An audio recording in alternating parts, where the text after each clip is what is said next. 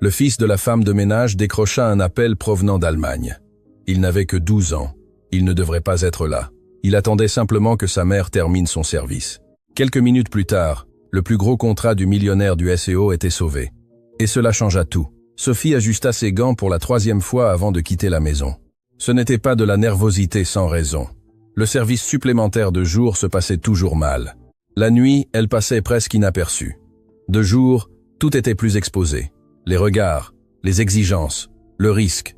Louise observait sa mère en silence, assis à la petite table de la cuisine, son sac à dos posé entre ses pieds. 12 ans, trop de calme pour son âge. Il tenait un cahier à la couverture usée, de ceux qui n'attirent l'attention de personne. Et il ne le souhaitait pas. « C'est juste pour aujourd'hui », dit Sophie sans regarder son fils. La femme de ménage habituelle était absente et ils avaient demandé un renfort. « Il y a une réunion importante là, Bas ?» Louis hocha la tête. Il ne posa aucune question. Il avait déjà appris que les questions ne payaient pas les factures en retard. L'immeuble de l'entreprise se dressait, imposant, de loin. De hautes vitres, une façade miroitante. Des gens entraient pressés, comme si le temps y était plus précieux que partout ailleurs dans la ville. Sophie prit une profonde inspiration avant de franchir la porte tambour. Dans le hall, l'air conditionné était trop froid. Le gardien de sécurité demanda la carte, vérifia le nom, et ce n'est qu'alors qu'il remarqua Louis. « Il va rester avec moi », dit Sophie rapidement avant qu'il ne parle. L'homme fronça les sourcils. « Il ne peut pas circuler. Qu'il reste dans un coin et qu'il ne touche à rien. » Sophie le remercia plus que nécessaire. Louis ne dit pas un mot. L'ascenseur monta en silence jusqu'à l'étage des services. Lorsque les portes s'ouvrirent, l'ambiance était déjà autre. Des gens marchant vite, des voix tendues, des gobelets de café accumulés sur des tables de fortune.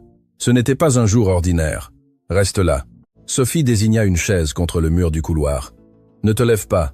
Ne parle à personne. » Louis s'assit docilement, posa son sac à dos sur ses genoux et ouvrit son cahier plus par habitude que par envie. Les pages étaient remplies de notes simples, de mots isolés, de quelques phrases courtes que personne ici ne reconnaîtrait. Elles étaient en allemand, la langue que Mamie Manon lui avait apprise depuis tout petit. Sophie poussa son chariot de ménage avec précaution, essayant de ne faire aucun bruit. Malgré tout, une femme en talons hauts passa rapidement et lui lança un regard dur. « Ce n'est pas l'heure du ménage », protesta-t-elle sans s'arrêter. « Excusez-moi », répondit Sophie en baissant la tête. De l'autre côté du couloir, une grande salle vitrée attirait l'attention. À l'intérieur, des hommes et des femmes bien habillés parlaient à voix basse, mais avec urgence. L'un d'eux faisait les 100 pas, son portable à la main, l'expression fermée. Étienne Dubois ne criait pas. Il n'en avait pas besoin.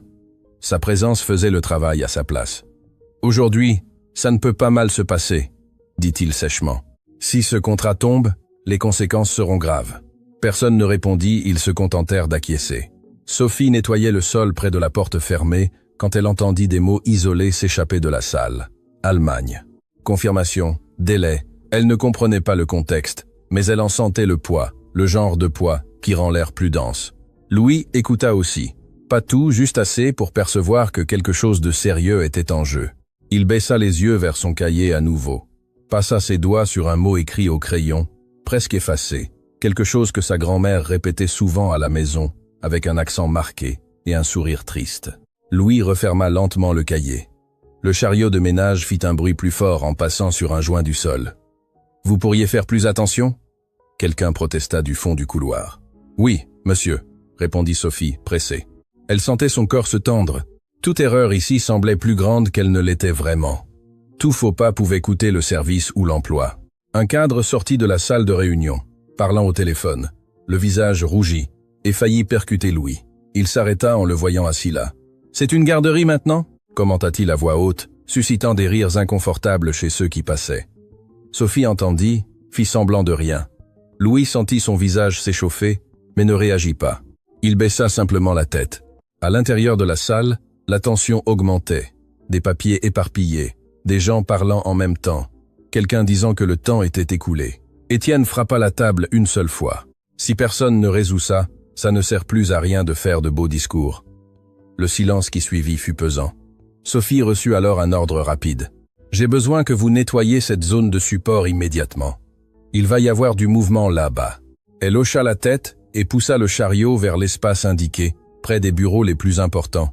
Louis se leva de la chaise et la suivit à quelques pas, comme sa mère le lui avait enseigné dès le matin, sans attirer l'attention, sans prendre de place.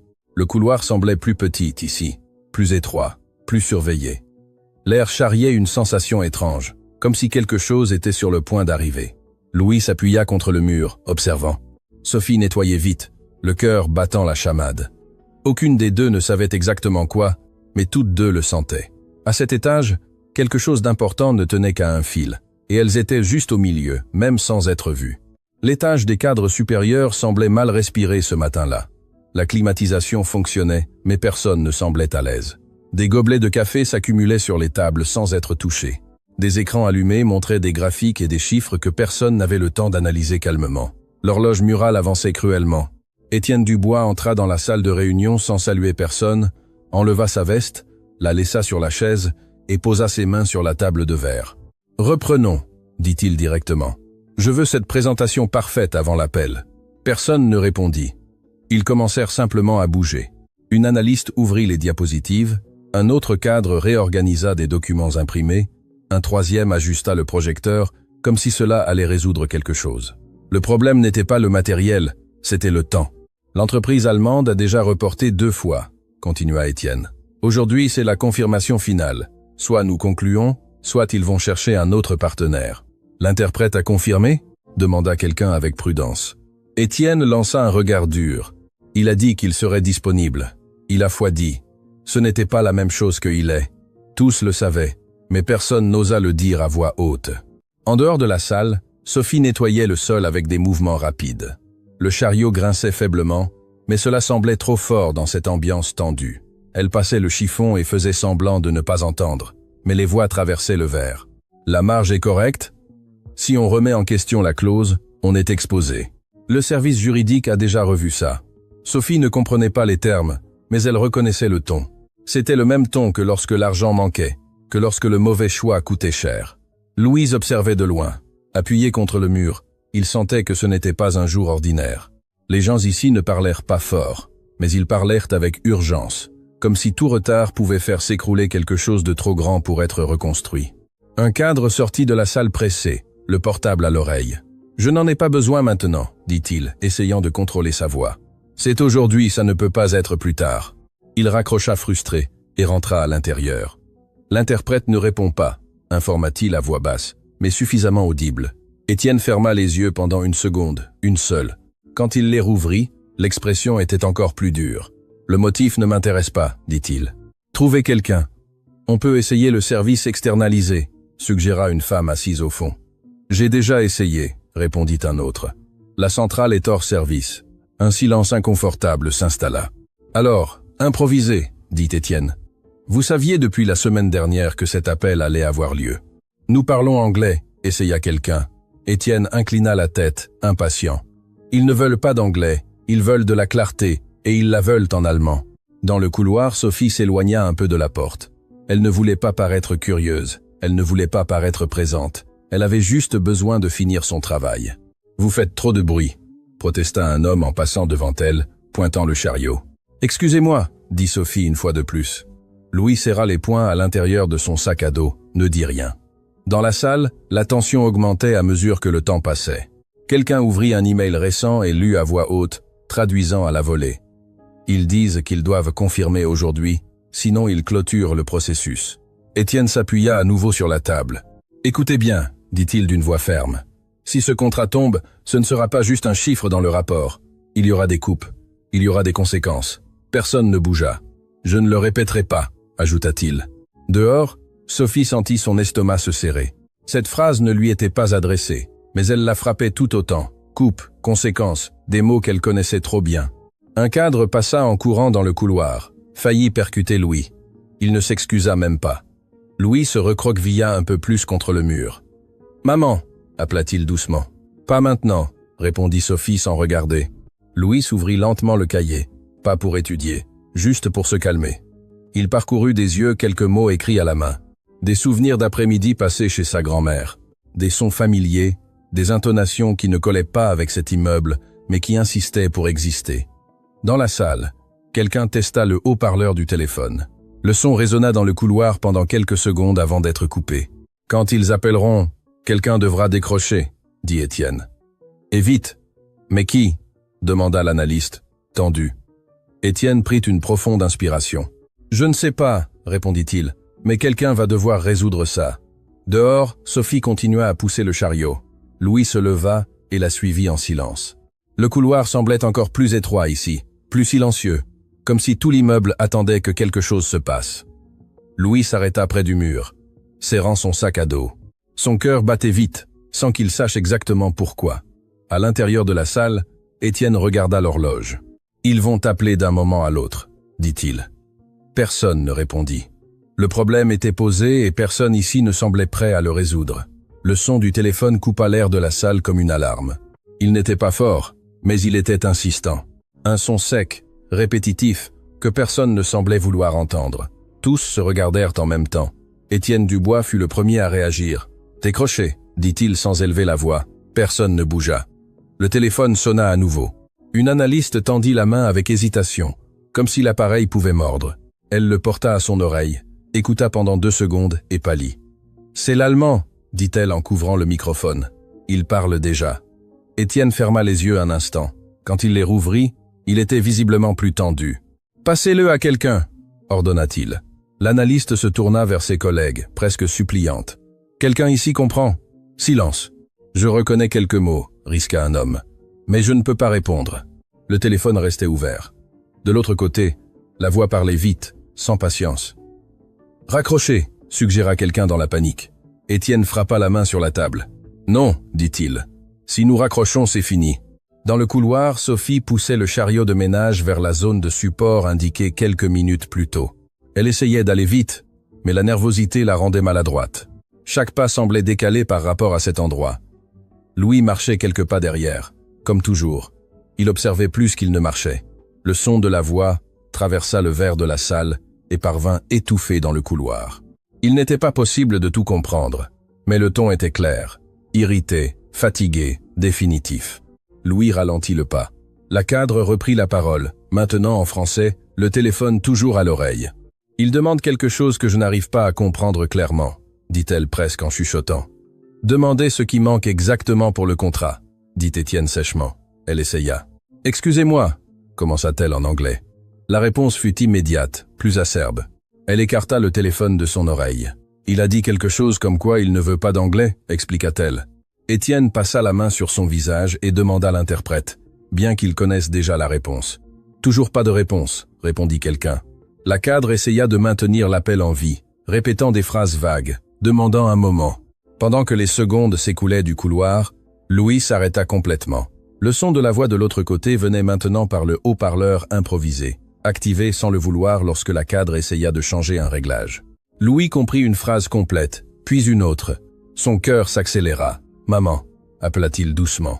Sophie se retourna immédiatement, effrayée. « Pas maintenant, Louis. » Mais l'enfant ne regardait pas sa mère. Il regardait vers la salle de réunion. « Il dit qu'il va raccrocher », murmura-t-il, sans se rendre compte qu'il parlait plus fort qu'il ne le voulait.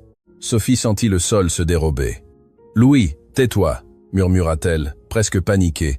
Mais quelqu'un dans la salle entendit. « Quoi ?» demanda un des exécutifs en ouvrant la porte de verre. « Qui a dit ça ?» Louis déglutit, sentit tous les regards tomber sur lui d'un coup. « C'est lui » demanda un autre en fronçant les sourcils. « Le fils de la femme de ménage. » Sophie lâcha le chiffon dans le chariot. « Excusez-moi » dit-elle rapidement. « Il ne sait pas ce qu'il dit. »« Si, je sais » répondit Louis d'une voix faible. Il a 10 fois raccroché. Le silence qui se forma fut différent de tous les autres de cette journée. Ce n'était pas de la tension, c'était de l'étrangeté. Étienne s'approcha de la porte, observant l'enfant comme s'il n'avait pas été là avant. « Tu comprends l'allemand » demanda-t-il directement. Louis hésita, regarda sa mère.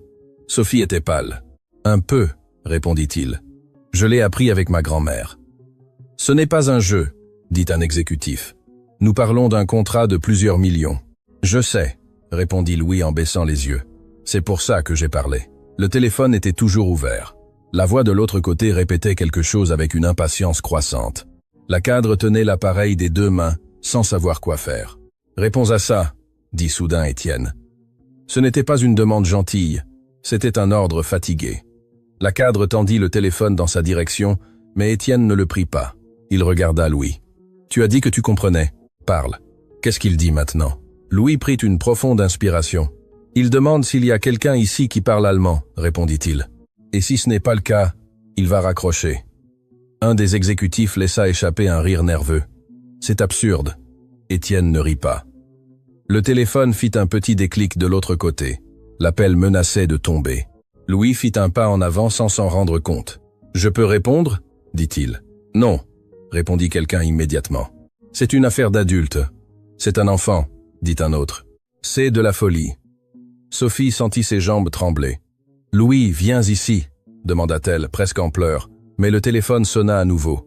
Un bref avertissement. « Dernière chance » dit la voix de l'autre côté, maintenant audible même pour ceux qui ne comprenaient pas l'allemand. Louis reconnut les mots, le ton, la décision. Il regarda Étienne. « Il va raccrocher » dit-il maintenant. Étienne regarda l'enfant pendant 2 secondes trop longues. Puis, il regarda autour de lui. Il vit une salle remplie d'adultes préparés, bien payés, incapables de répondre. « Laissez-le parler » dit Étienne. « Mais, » commença quelqu'un, « si ça tourne mal, la responsabilité m'incombe » coupa-t-il. « Mais si nous raccrochons maintenant, c'est fini de toute façon. » La cadre approcha le téléphone de Louis, ses mains tremblantes. Le couloir semblait trop petit pour cette décision. Louis ferma les yeux pendant 1 seconde. Il se souvint de sa grand-mère, de la façon dont elle corrigeait sa prononciation avec patience. Il ouvrit les yeux. « Bonjour » dit-il en allemand. Presque parfait, avec une voix trop ferme pour un enfant de 12 ans. Tous se figèrent, et le silence qui suivit n'était plus de la peur, c'était du choc. La première réponse de Louis ne vint pas rapidement, elle vint avec prudence. « Bonjour » répéta-t-il. Un peu plus ferme maintenant. « Un instant s'il vous plaît. » La voix de l'autre côté de la ligne s'arrêta. À l'intérieur de la salle, personne ne bougea. Il n'y eut ni célébration, ni étonnement audible. Juste ce silence inconfortable qui survient quand quelque chose d'inattendu se produit et que personne ne sait comment réagir. Étienne observait l'enfant avec attention. Il n'y avait pas d'émotion sur son visage, il y avait du calcul, de l'évaluation. Il savait que c'était le genre de moment qui pouvait tout résoudre ou empirer définitivement. « Demande ce dont ils ont besoin maintenant » dit-il doucement, presque comme quelqu'un qui ne voulait pas être entendu. Louis hocha légèrement la tête. Il ne regarda pas derrière lui, il ne chercha pas sa mère.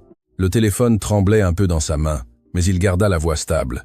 « Qu'est-ce qui est encore nécessaire pour la confirmation » demanda-t-il en allemand. La réponse fut trop longue. Louis fronça les sourcils un instant, non pas parce qu'il ne comprenait pas, mais parce qu'il devait organiser mentalement ce qu'il entendait.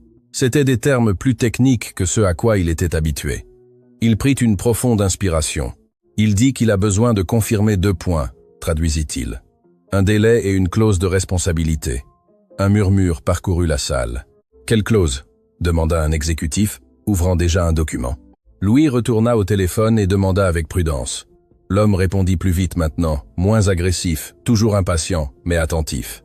Louis écouta jusqu'à la fin. « C'est à propos du retard de livraison », expliqua-t-il. « Ils veulent une garantie formelle par écrit encore aujourd'hui. » Étienne fit un geste rapide de la main. « Dis-lui que le service juridique est déjà en train d'ajuster cela et que nous enverrons le courriel dans quelques minutes. » Louis hocha la tête. Mais il hésita avant de répéter. Quelque chose dans la phrase devait être ajusté. Il le savait. « Attendez » dit-il doucement. « Si je dis ça, ça sonne comme une promesse vague. » Étienne le regarda fixement. « Alors, comment le dirais-tu » Louis réfléchit pendant 2 secondes. « Je dirais que le document est déjà en révision finale et que l'envoi est programmé. Pas que nous allons essayer. » Étienne hocha lentement la tête. « Ça a du sens. » Louis revint au téléphone. La réponse fut plus courte. Cette fois, le ton de l'autre côté avait changé. Ce n'était plus de la menace, c'était de la négociation. Louis relâcha un peu ses épaules, sans s'en rendre compte. « Il veut savoir qui parle » traduisit-il. Un des exécutifs laissa échapper un rire nerveux. « Dis-lui que c'est » commença quelqu'un. Étienne l'interrompit. « Dis-lui ton prénom » Louis déglutit. « Mon nom est Louis » dit-il. Il y eut une pause. La réponse vint plus douce qu'avant. « Il a demandé si je suis le responsable de la négociation » traduisit-il, confus.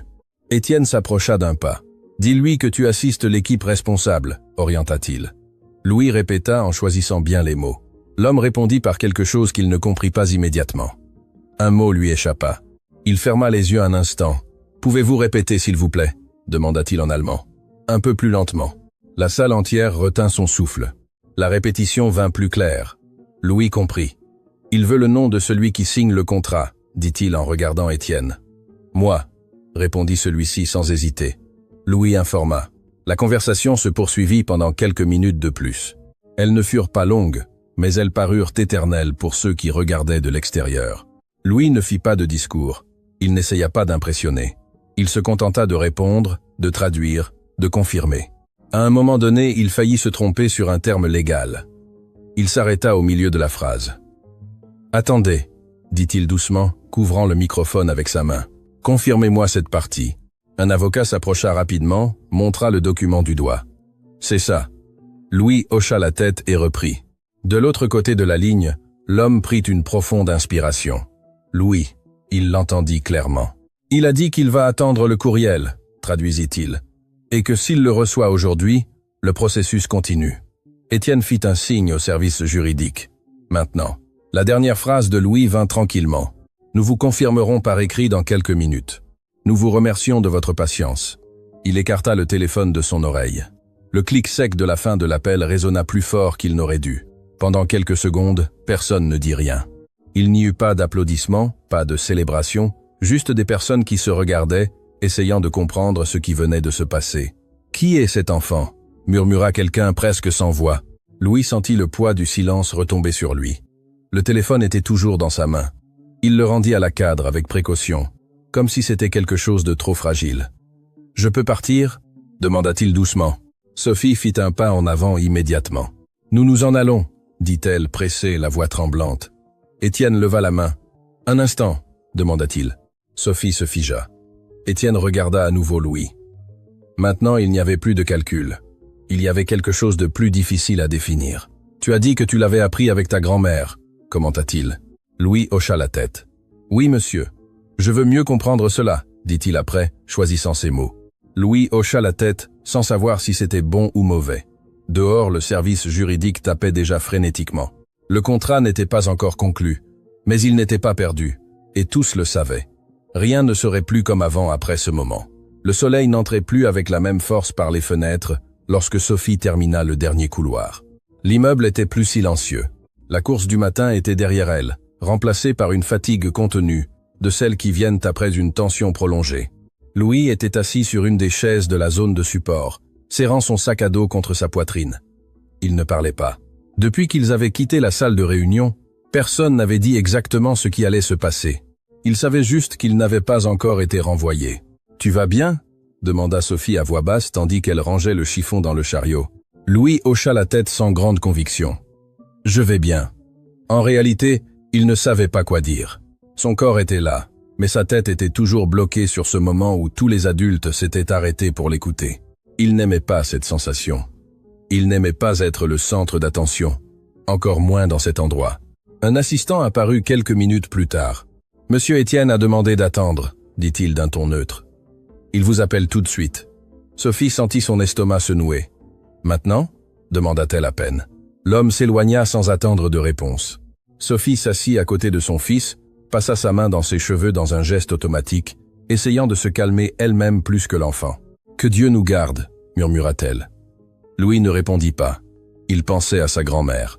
À la façon dont elle disait que quand on fait quelque chose de bien, on ne comprend pas toujours pourquoi sur le moment, mais on comprend après. Presque une heure passa avant que le même assistant ne revienne. « Vous pouvez entrer. » Le bureau d'Étienne Dubois était plus petit que ce que Louise imaginait. Il n'avait rien de grandiose. Un bureau trop ordonné, 2 chaises devant, une fenêtre avec vue sur la ville, un espace fonctionnel, froid, mais pas hostile.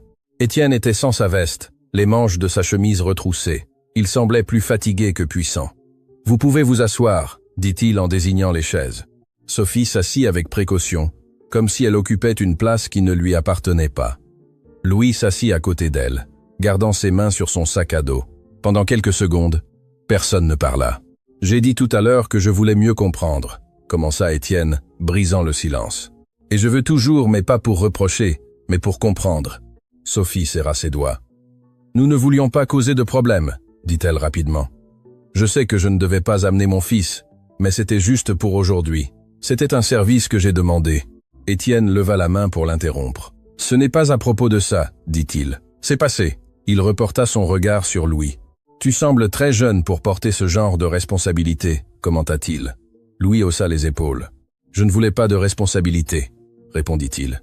Je ne voulais juste pas que ça tourne mal. » Étienne hocha lentement la tête. « Tu as parlé de ta grand-mère, dit-il. Raconte-moi calmement. » Louis prit une profonde inspiration. Il n'aimait pas parler de cette partie de sa vie avec des étrangers, mais quelque chose dans son ton n'était pas invasif, c'était attentif. « Elle est venue d'Allemagne quand elle était jeune, commença-t-il. Elle s'est mariée ici, mais elle ne s'est jamais sentie vraiment d'ici. » Sophie observait en silence. Cette histoire n'était pas nouvelle, mais entendre son fils la raconter lui donnait une autre dimension. Elle disait que si elle arrêtait de parler allemand, elle allait disparaître, continua Louis. Alors elle parlait avec moi tout le temps de choses simples, de la journée, de la nostalgie. I was a mother, infection and that, defection and that. Étienne écoutait sans interrompre. Je restais avec elle presque toutes les nuits, dit Louis. Ma mère travaillait, nous dînions ensemble, elle m'enseignait des mots comme on enseigne de l'affection.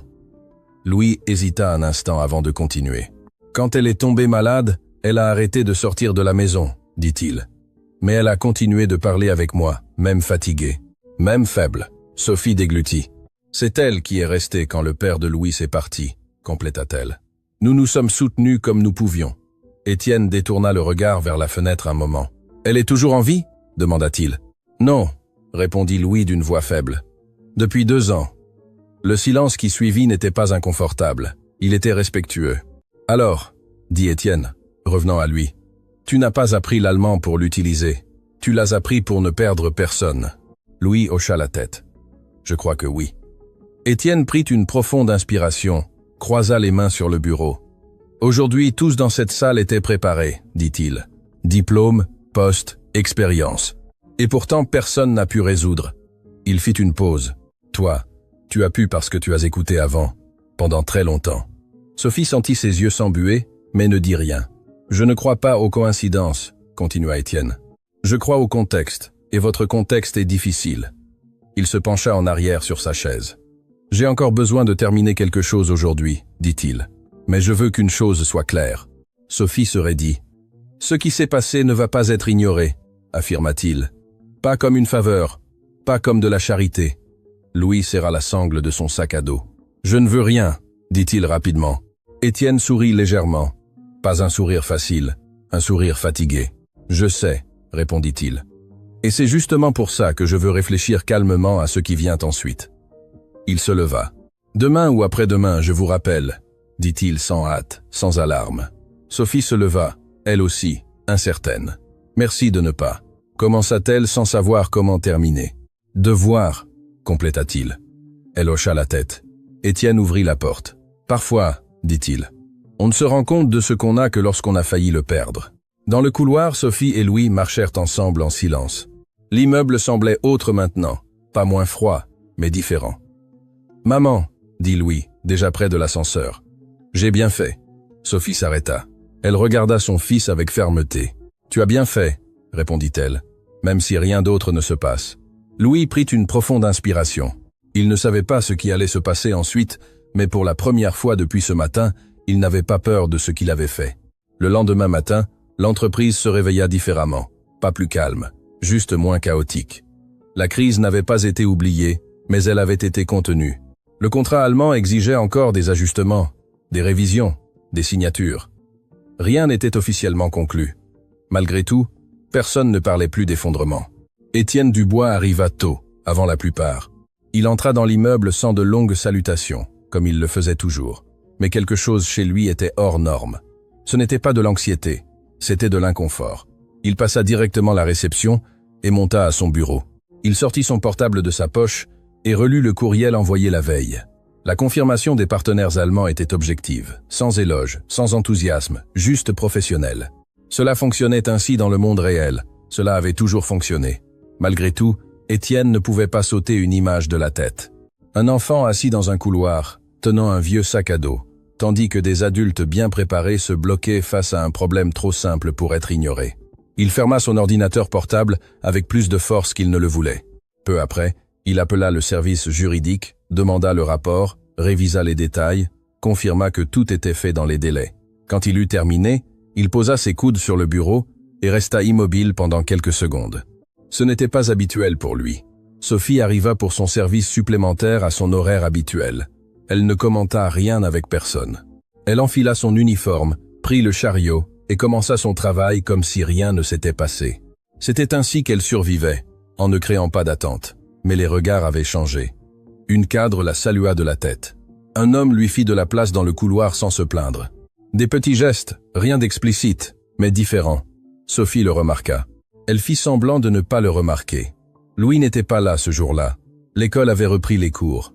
Le cahier était maintenant sur un pupitre simple dans une salle de classe ordinaire, tandis que sa mère traversait des couloirs qui semblaient hier inaccessibles.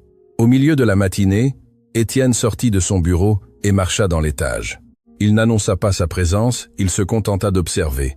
Il vit des employés concentrés, d'autres tendus, certains ailleurs. Il passa devant la zone de support, où la veille, Sophie poussait le chariot avec trop de hâte. Il s'arrêta là un instant. « Sophie » appela-t-il. Elle se retourna immédiatement, le cœur s'accélérant. « Oui, monsieur. » Étienne remarqua le réflexe. Ce n'était pas du respect, c'était de la peur entraînée. « Pouvez-vous venir avec moi une minute » demanda-t-il. Sophie hésita juste le temps de lâcher le chiffon. Bien sûr. Ils marchèrent jusqu'à une petite salle éloignée de la zone principale. Ce n'était pas une salle de réunion, c'était presque un bureau secondaire peu utilisé. « Asseyez-vous » dit Étienne en désignant la chaise. Sophie s'assit avec prudence. « Je ne vais pas prendre beaucoup de votre temps » commença-t-il. « J'ai juste besoin de clarifier certaines choses. » Elle resta silencieuse. « Hier » dit Étienne. « Vous vous êtes excusé plusieurs fois avant que quelqu'un ne dise quelque chose. » Sophie serra ses mains sur ses genoux. « C'est l'habitude » répondit-elle. « On apprend à anticiper. » Étienne resta silencieux quelques secondes. « Pourquoi avez-vous amené votre fils » demanda-t-il sans dureté.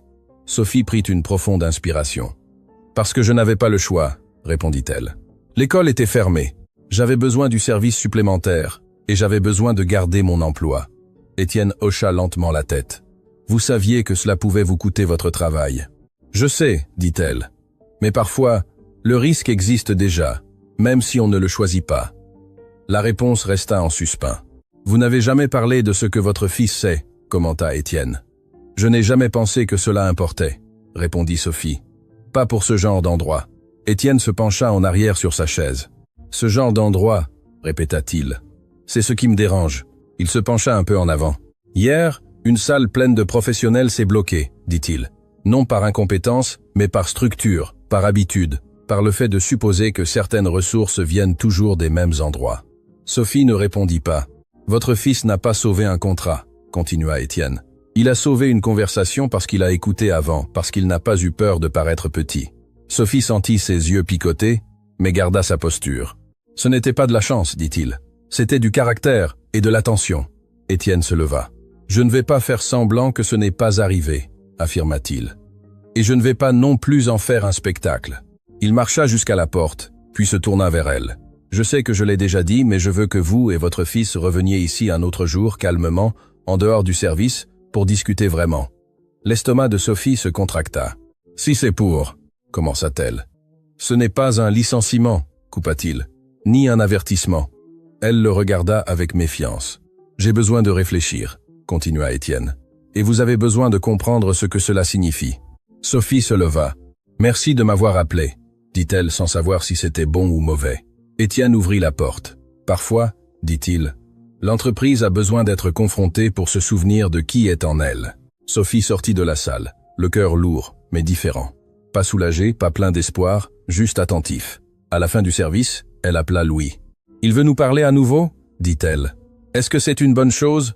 demanda le fils de l'autre côté. Sophie regarda l'immeuble avant de répondre. « Je ne sais pas encore, » dit-elle, « mais c'est une chose sérieuse. » Louis resta silencieux pendant quelques secondes. « Alors, d'accord, » répondit-il. « Allons-y ensemble. » Sophie raccrocha et prit une profonde inspiration. Certaines portes ne s'ouvrent pas d'un coup, elles grincent d'abord. Et Étienne le savait. S'il ignorait ce grincement, il ne sauverait pas un contrat, il perdrait quelque chose de bien plus grand. Étienne ne fixa pas la conversation pour le lendemain. Il ne laissa pas non plus passer trop de temps. Il attendit juste assez pour que la poussière retombe, mais pas assez pour que cela ressemble à un oubli. 3 jours plus tard, il demanda à ce que l'on contacte Sophie. Monsieur Dubois souhaiterait parler avec vous et votre fils, dit la voix de l'autre côté de la ligne. Cela peut être demain après-midi. Sophie raccrocha avec la sensation étrange de celui qui marche sur un terrain instable. Ce n'était pas une convocation formelle. Ce n'était pas non plus de la gentillesse. C'était quelque chose d'intermédiaire. Et cela la mettait en alerte. Le lendemain, elle arriva plus tôt que l'heure convenue. Elle portait les mêmes vêtements simples que d'habitude, mais avait passé plus de temps que la normale à les choisir. Louis marchait à ses côtés, son sac à dos sur le dos, l'expression fermée. Il n'avait pas peur, il était méfiant. Ils furent conduits dans une salle plus petite, loin des zones de réunion et des couloirs les plus fréquentés. Un espace neutre, avec une table simple, 3 chaises et une fenêtre latérale. Étienne était déjà là quand ils entrèrent. « Merci d'être venu », dit-il en se levant.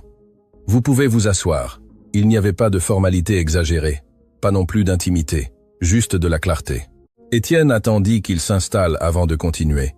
« J'ai beaucoup réfléchi depuis ce jour. » Commença-t-il, pas seulement au contrat, mais à ce qui s'est passé autour. Sophie garda les mains croisées sur ses genoux. Louis regardait la table. « Ce que ton fils a fait n'était pas commun, dit-il. Mais ce n'était pas non plus un miracle, c'était une conséquence. » Louis leva les yeux, confus. « Conséquence de quoi ?» demanda-t-il. « Du temps, » répondit Étienne. « De l'écoute, de l'attention.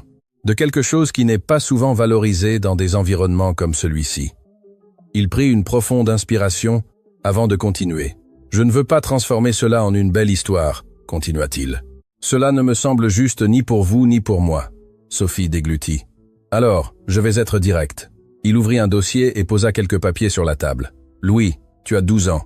Tu n'es pas un adulte. Tu n'es pas un employé.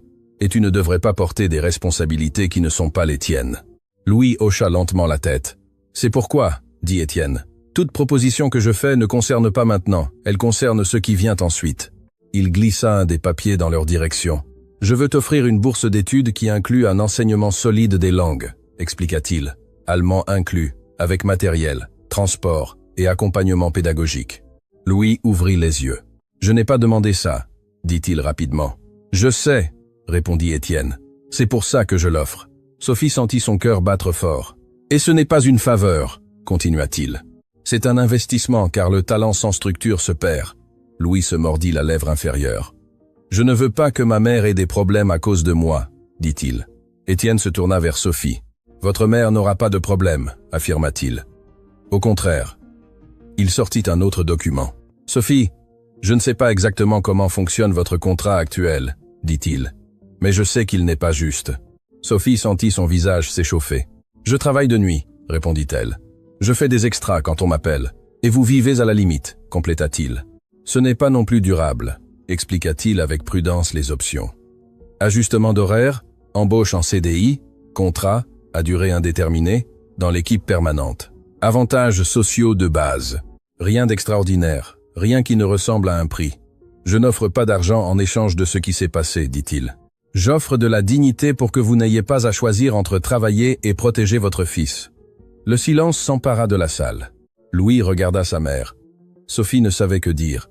Tout cela semblait trop grand pour être absorbé d'un coup. « Je ne sais pas si je peux accepter, » dit Sophie finalement. « Je n'ai jamais rien reçu de tel. » Étienne hocha la tête. « Accepter n'est pas mendier, » répondit-il. « C'est reconnaître que quelqu'un a vu de la valeur là où il n'y avait avant qu'une fonction. » Louis serra la sangle de son sac à dos. « Ma grand-mère, » commença-t-il en hésitant. « Ça lui aurait plu. » Étienne sourit légèrement. « J'imagine que oui. » Il se pencha en arrière sur sa chaise. « Je n'ai pas besoin de réponse maintenant, » dit-il. « Réfléchissez, discutez, revenez quand vous voulez. » Sophie prit une profonde inspiration. « Et si nous disons non ?» demanda-t-elle. « Alors rien ne change, » répondit-il. « Mais j'espère que vous ne direz pas non. » Louis resta silencieux pendant quelques secondes, puis leva le regard. « Si j'accepte, » dit-il, « c'est parce que je veux apprendre, pas parce qu'un jour j'ai décroché un téléphone. » Étienne hocha la tête. « C'est exactement ce que j'espère. » Quand ils sortirent de la salle, le couloir semblait moins hostile, pas plus accueillant, juste humain. Sophie marchait lentement, comme si elle avait encore peur que quelqu'un dise que tout cela était une erreur. Dans l'ascenseur, Louis rompit le silence. « Maman, » dit-il, « si nous acceptons, la vie va changer. » Sophie réfléchit avant de répondre. « Ça va changer, » dit-elle. « Mais pas parce que quelqu'un l'a voulu. mais parce que tu as ouvert une porte qui existait déjà. Louis appuya sa tête contre la vitre de l'ascenseur. Il ne savait pas exactement ce qui allait se passer ensuite, mais il savait une chose. Il ne reviendrait pas à la même place qu'avant. Les jours suivants furent étranges. Sophie continua sa routine comme si rien n'avait changé, car dans la pratique, cela n'avait pas encore changé. Elle arrivait pour son service, nettoyait les couloirs, évitait les regards, mais quelque chose bougeait en elle. Une espérance silencieuse qu'elle n'osait nommer. Louis ressentait aussi cette étrangeté. À l'école, ses camarades parlaient de choses du quotidien, de jeux vidéo, de séries, de potins sans importance, et il sentait qu'il portait quelque chose de différent. Ce n'était pas de l'orgueil maintenant, c'était un poids. Le poids d'avoir fait quelque chose d'important sans l'avoir planifié. Un après-midi, quand Sophie rentra du travail, elle trouva Louis assis sur le canapé, son cahier ouvert, mais il n'écrivait pas, il regardait juste les pages. « Qu'est-ce qui se passe ?» demanda-t-elle en posant son sac sur la table. Louis mit du temps à répondre. « Je pensais à mamie, » dit-il, « à tout ce qu'elle m'a appris. » Sophie s'assit à côté de lui. Elle serait fière. Louis hocha la tête. « Mais je ne sais pas si je mérite tout ça. » Sophie le regarda fixement. « Il ne s'agit pas de mériter, Louis. Il s'agit de saisir l'opportunité. » Il baissa le regard. « J'ai peur de décevoir. » Sophie passa sa main dans les cheveux de son fils. « Nous avons tous peur, » répondit-elle. « Mais la peur n'est pas une raison pour ne pas essayer. » Louis referma le cahier. « Tu vas accepter ce que M. Dubois a offert ?» demanda-t-il. Sophie prit une profonde inspiration. « Je ne sais pas encore, » admit-elle. « Mais je pense que ce serait stupide de ne pas le faire. »« Alors faisons-le, » dit Louis. « Ensemble. » Sophie sourit. « Ensemble, » répéta-t-elle. 2 jours plus tard, Sophie appela le numéro qu'Étienne lui avait donné. La voix de l'autre côté la connecta directement à lui. « Bonjour Sophie, » dit Étienne. « Avez-vous réfléchi ?»« Oui, » répondit-elle. « Nous voulons accepter. » Il y eut une brève pause de l'autre côté. « Je suis heureux de l'entendre, » dit-il. « Je vais commencer à tout organiser. Pouvez-vous venir lundi ?»« Oui, monsieur, » répondit Sophie. Quand elle raccrocha, elle sentit ses mains trembler. Non pas de peur, mais de quelque chose qui ressemblait à de l'espoir. Louis était dans sa chambre quand elle entra. « C'est fait, » dit-elle. « Nous avons accepté. » Louis leva le regard. « Et maintenant ?»« Maintenant, » dit Sophie. « Nous recommençons. » Le week-end passa lentement. Sophie essaya de rester calme, mais l'anxiété la dominait. Elle nettoyait la maison plus que nécessaire. Elle organisait des choses qui étaient déjà organisées. Elle cuisinait avec plus d'attention que la normale. Louis, de son côté, passait les heures à relire son cahier. Les mots de sa grand-mère semblaient plus vivants maintenant, plus réels, comme si elle était là pour le guider.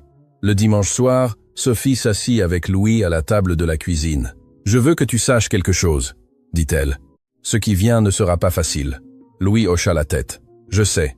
Il y aura des gens qui penseront que nous ne méritons pas cela, » continua-t-elle. « Que c'était de la chance, que c'était une coïncidence. » Louis la regarda fixement. « Et toi, qu'est-ce que tu penses ?»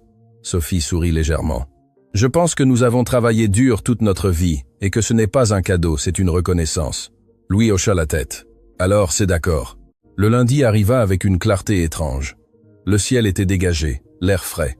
Sophie s'habilla avec plus de soin que la normale. Pas de vêtements élégants, juste propres, repassés, dignes. Louis se prépara aussi. Il rangea son cahier dans son sac à dos, comme il le faisait toujours. Il ne savait pas s'il en aurait besoin, mais cela lui donnait de la sécurité de l'avoir.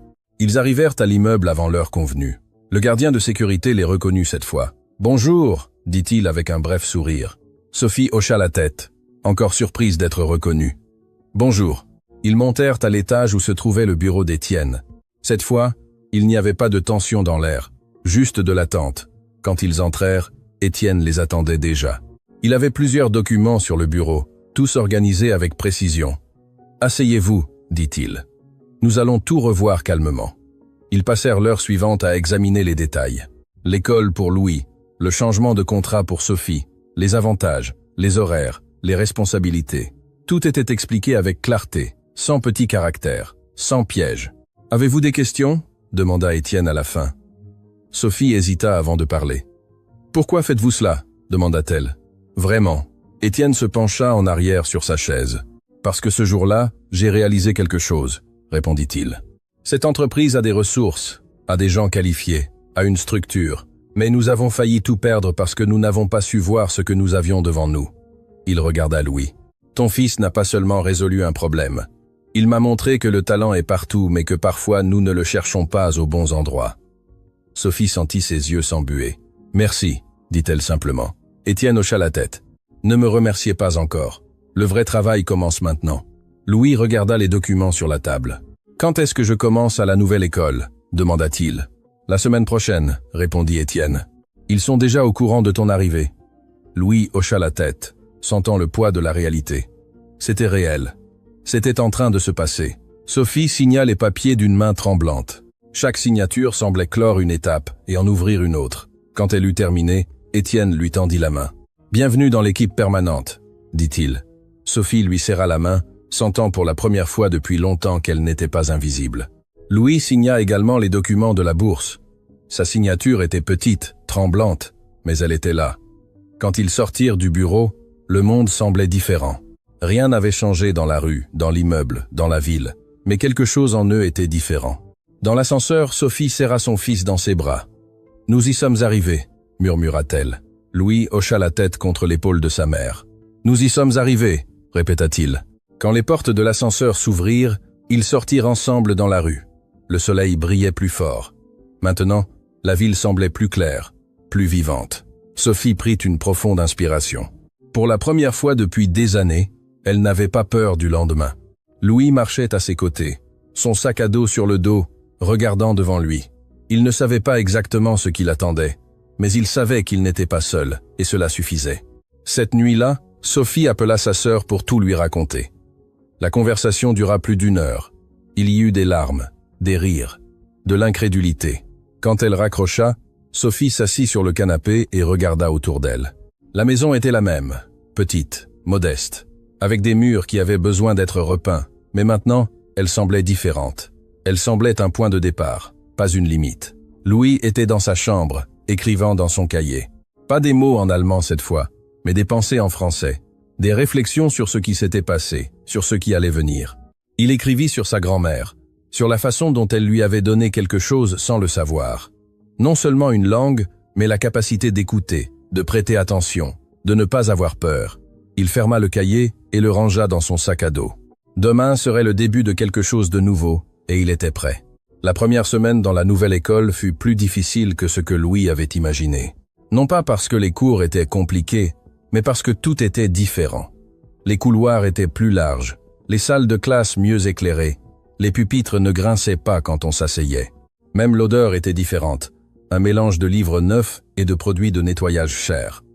Louis arriva le premier jour avec le sac à dos usé qu'il avait utilisé pendant des années. Sophie avait voulu lui en acheter un nouveau, mais il avait refusé. « Je n'ai pas besoin de tout changer d'un coup », avait-il dit, et elle l'avait compris. La directrice le reçut personnellement. « Bienvenue, Louis », dit-elle avec un sourire professionnel. « J'espère que tu te sentiras à l'aise ici. » Louis hocha la tête sans dire grand-chose. La femme le conduisit jusqu'à sa salle. Un espace spacieux avec de grandes fenêtres qui laissaient entrer la lumière naturelle. Les autres élèves étaient déjà assis, discutant entre eux avec familiarité. Quand il entra, certains se tournèrent pour le regarder. D'autres ne levèrent même pas les yeux. « Classe, nous avons un nouveau camarade », annonça la professeure. « Louis, tu peux t'asseoir là, au fond près de la fenêtre. » Louis marcha entre les pupitres, sentant chaque regard. Il s'assit en silence, sortit son cahier usé et le posa sur la table. Un garçon à côté de lui le regarda avec curiosité, mais ne dit rien. Le cours commença. C'était des mathématiques, un sujet que Louis maîtrisait bien, mais il ne participa pas. Il garda la tête baissée, prit des notes, essaya de passer inaperçu. C'était sa stratégie, celle qui avait toujours fonctionné. À la récréation, il resta dans la salle pendant que les autres sortaient en courant dans la cour. Il n'avait pas faim, il n'avait pas envie de socialiser, il voulait juste que la journée se termine. Une fille s'approcha avant de sortir. « Tu ne sors pas ?» demanda-t-elle. Louis secoua la tête. « Je suis bien ici. » La fille haussa les épaules. « Comme tu veux. Je suis Valentine, au fait. »« Louis, » répondit-il, bien qu'elle le sût déjà. Valentine sortit, et Louis resta seul. Il regarda par la fenêtre vers la cour. Des groupes d'élèves conversaient, riaient, partageaient de la nourriture. Tous semblaient se connaître depuis des années. Tous semblaient appartenir. Lui non. L'après-midi passa lentement. Plus de cours, plus de regards, plus de silence. Quand la sonnerie de sortie retentit finalement, Louis fut le premier à se lever. Il rangea ses affaires rapidement et sortit sans dire au revoir. Sophie l'attendait à la porte de l'école. Elle avait demandé la permission au travail pour être là.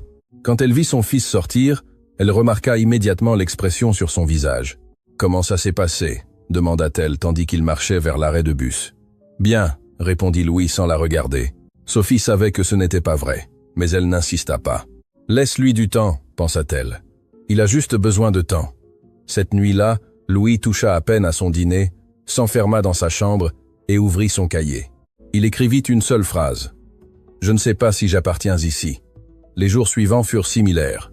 Louis assistait aux cours, prêtait attention, faisait ses devoirs, mais ne parlait à personne, ne posait pas de questions, ne levait pas la main même s'il connaissait les réponses. Les professeurs commencèrent à le remarquer. Dans la salle des professeurs, ils commentaient le nouveau garçon qui était intelligent, mais trop silencieux. « Nous devrions lui parler », suggéra l'un. « Laisse-lui du temps », répondit un autre. « C'est normal qu'il soit nerveux. » Mais Sophie ne pouvait pas rester tranquille.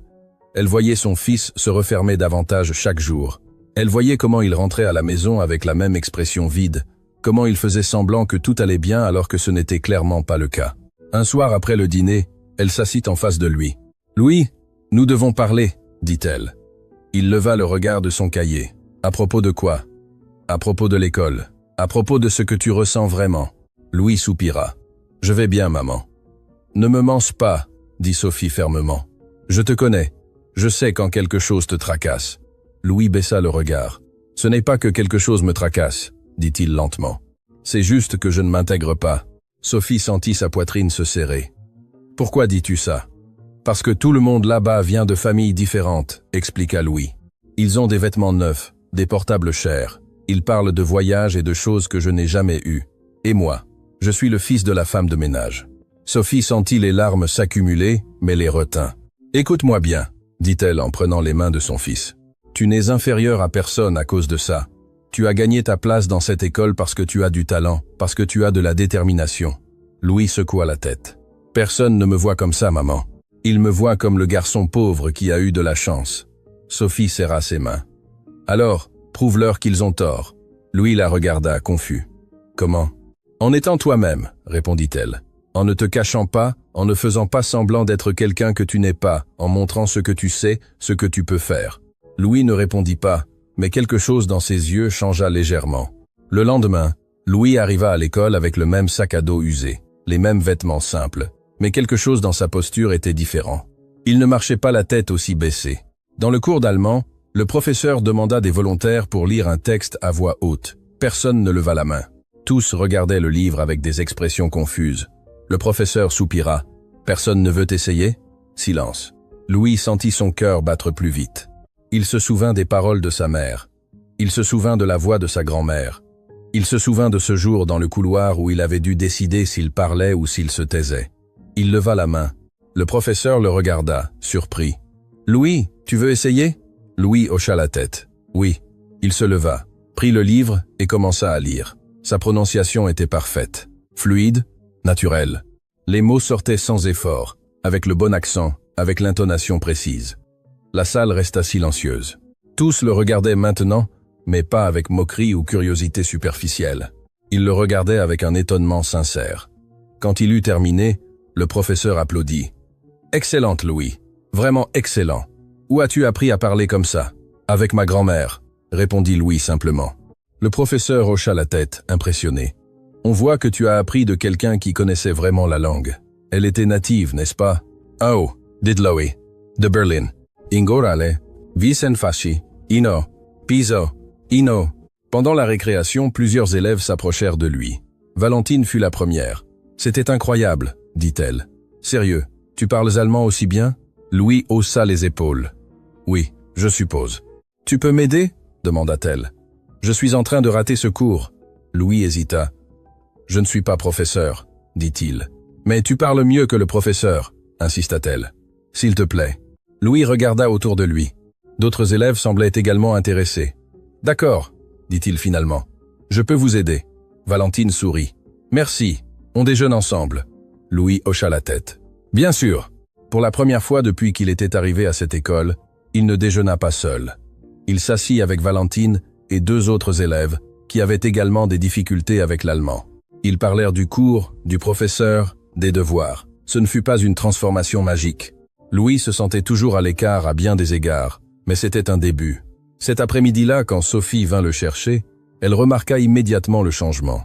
Louis ne souriait pas largement, mais il n'avait pas non plus cette expression vide des jours précédents. « Comment s'est passée ta journée ?» demanda-t-elle. « Mieux, » répondit Louis. « Beaucoup mieux. » Sophie sourit. « Je suis contente de l'entendre. » Dans le bus de retour, Louis lui raconta le cours d'allemand, comment il avait lu à voix haute, comment les autres élèves s'étaient approchés de lui. Sophie écoutait, le cœur rempli. C'était le fils qu'elle connaissait, celui qui n'avait pas peur de montrer ce qu'il savait, celui qui aidait sans rien attendre en retour. Quand ils arrivèrent à la maison, Louis sortit son cahier et barra la phrase qu'il avait écrite quelques jours auparavant. « Je ne sais pas si j'appartiens ici. » En dessous, il en écrivit une nouvelle. « Je suis toujours en train de trouver ma place, mais je vais la trouver. » Les semaines suivantes apportèrent plus de changements. Louis commença à participer davantage en classe, non seulement en allemand, mais dans toutes les matières. Les professeurs remarquèrent son intelligence, sa détermination, sa capacité d'analyse. En mathématiques, il résolut un problème que personne d'autre n'avait pu. En histoire, il fit une présentation sur l'immigration allemande en France qui impressionna toute la classe. En littérature, il écrivit un essai sur l'importance de préserver les langues maternelles que le professeur lut à voix haute comme exemple. Peu à peu, Louis cessa d'être le nouveau pour devenir simplement Louis, l'élève brillant, le camarade prêt à aider, celui qui parlait allemand comme s'il y était né. Mais tout ne fut pas facile. Il y eut des moments de doute, des jours où il se sentait épuisé par l'effort de prouver constamment sa valeur, des nuits où il se demandait si ce serait un jour suffisant. Un après-midi, après un examen particulièrement difficile, il rentra à la maison plus silencieux que la normale. Sophie le remarqua immédiatement. « Qu'est-ce qui s'est passé ?» demanda-t-elle. Louis laissa tomber son sac à dos sur le canapé. « Rien, dit-il. Je suis juste fatigué. » Sophie s'assit à côté de lui. « C'est plus que ça. » Louis soupira. « Parfois, je sens que je dois être parfait, » admit-il. Comme si toute erreur allait confirmer ce que certains pensent, que je ne devrais pas être là. Sophie prit son visage entre ses mains. « Écoute-moi bien, » dit-elle en le regardant dans les yeux. « Tu n'as pas à être parfait. Personne ne l'est. La seule chose que tu dois faire, c'est ton meilleur effort, et tu le fais déjà. » Louis sentit les larmes s'accumuler. « C'est difficile, maman. »« Je sais, » répondit-elle. « Mais regarde tout ce que tu as déjà accompli. Regarde tout le chemin que tu as parcouru. » Louis hocha la tête, laissant les larmes couler. Sophie le serra fort contre elle, le laissant se défouler. Quand ils se séparèrent, Louis s'essuya le visage. « Merci, maman. Toujours, » répondit-elle. Cette nuit-là, Louis écrivit dans son cahier une longue réflexion sur la pression, sur les attentes, sur la peur de l'échec, mais aussi sur la gratitude, sur les opportunités, sur l'amour de sa mère et la mémoire de sa grand-mère. Il termina par une phrase qu'il se répéterait les jours difficiles. « Je n'ai pas besoin d'être parfait, j'ai juste besoin d'être authentique. » À la fin du premier mois, l'école organisa une présentation culturelle. Chaque élève devait partager quelque chose sur son héritage ou ses intérêts. Beaucoup choisirent des présentations élaborées avec des vidéos et de la musique. Louis choisit quelque chose de plus simple. Il se tint devant la classe et récita un poème en allemand que sa grand-mère lui disait souvent. Il le récita lentement, avec émotion, la voix se brisant légèrement par endroits. Quand il eut terminé, il y eut un silence profond. Puis, des applaudissements. Valentine s'approcha de lui après. « C'était magnifique, » dit-elle, les yeux brillants. « Ta grand-mère serait fière. » Louis sourit. « Je l'espère. » Cet après-midi-là, quand Sophie vint le chercher, Louis courut vers elle avec un sourire sincère. « Maman, » dit-il, « je crois que j'ai finalement trouvé ma place. » Sophie le serra fort. « Tu l'as toujours eu, » répondit-elle. « Tu avais juste besoin de temps pour le voir. »« Nambara, Virondas, Virondas, Virondas, Meisara, Dionysis, Virondas, Diondas, Batisara, Meisara. » Ils marchèrent ensemble vers l'arrêt de bus, conversant sur la journée, sur la présentation, sur les plans pour le week-end. Pour la première fois depuis longtemps, ils se sentaient tous deux en paix. Le chemin n'avait pas été facile, il y aurait encore des défis à venir. Mais maintenant, ils savaient quelque chose de fondamental. Ils n'étaient pas seuls, et cela faisait toute la différence. Pendant que Louis s'adaptait à sa nouvelle réalité scolaire, Sophie faisait face à sa propre transformation. Le passage du service de nuit au service de jour avait été plus significatif qu'elle ne l'imaginait, non seulement à cause des heures de sommeil récupérées, mais à cause de tout ce que cela représentait. Pour la première fois depuis des années, elle pouvait marcher dans les couloirs de l'entreprise à la lumière du jour. Elle pouvait voir les visages des personnes avec qui elle partageait l'immeuble. Elle pouvait sentir qu'elle existait, non seulement comme une ombre qui passait la nuit en nettoyant ce que d'autres salissaient. Mais la transition ne fut pas simple. Le premier jour en service fixe, Sophie arriva à l'immeuble avec un mélange de nervosité et d'espoir. Le gardien de sécurité la salua différemment cette fois. « Bonjour, Sophie », dit-il en utilisant son prénom. « Vous avez votre nouvelle carte à la réception. » Sophie hocha la tête, pas encore habituée à être reconnue. « Merci. » À la réception, une femme lui remit la nouvelle carte. « Celle-ci est permanente », expliqua-t-elle. « Vous n'avez plus besoin de la renouveler chaque mois. » Sophie prit la carte avec des mains tremblantes. C'était une petite chose, mais pour elle, cela signifiait la stabilité. Cela signifiait qu'elle n'était pas temporaire, qu'il ne pouvait pas la renvoyer du jour au lendemain sans raison. Elle monta à l'étage des services, où elle aurait désormais sa base. Le superviseur l'attendait là, un homme d'âge mûr nommé Albert, qui avait 20 ans dans l'entreprise. « Bienvenue dans l'équipe, Sophie », dit-il en lui tendant la main. « Nous allons bien travailler ensemble. » Sophie lui serra la main. « Merci pour l'opportunité. » Albert lui montra les nouvelles zones assignées. Il lui expliqua les horaires, les routines, les attentes. Tout était plus organisé qu'avant, plus structuré. Il ne s'agissait plus de se présenter quand on l'appelait et de faire ce qui était urgent. Maintenant, il y avait un plan, un système, un rythme. « Vous allez remarquer qu'ici nous travaillons différemment », dit Albert pendant qu'il marchait. « Il ne s'agit pas seulement de nettoyer, il s'agit de maintenir, d'anticiper, de prendre soin des espaces. » Sophie écoutait attentivement, absorbant chaque mot. « Je comprends. Et autre chose, » continua-t-il. « Ici, nous nous traitons tous avec respect. Peu importe le poste, peu importe la position, nous sommes une équipe. » Sophie sentit quelque chose se relâcher dans sa poitrine. Quelque chose qui avait été serré pendant si longtemps qu'elle ne le remarquait même plus. C'était la peur constante, le fait d'être toujours en alerte, d'attendre les mauvais traitements comme quelque chose de normal. « Merci », dit-elle simplement, parce qu'elle ne trouvait pas d'autres mots. Les premiers jours furent une adaptation. Sophie rencontra ses nouveaux collègues, 3 autres membres de l'équipe de nettoyage qui travaillaient au même horaire, 2 femmes et un homme, tous avec des années d'expérience. Au début, ils furent prudents avec elle. Ils savaient qu'elle était arrivée différemment, que son histoire était particulière, mais Sophie n'attendait pas de traitement spécial. Elle travaillait dur, arrivait tôt, restait jusqu'à ce que tout soit terminé. Une de ses collègues, une femme nommée Patricia, s'approcha d'elle après la première semaine. « Tu travailles bien », commenta-t-elle tandis qu'elles organisaient les chariots. « Tu ne restes pas à attendre que les autres fassent ta part. » Sophie haussa les épaules. « C'est comme ça qu'on m'a appris. » Patricia sourit. « Ça se voit.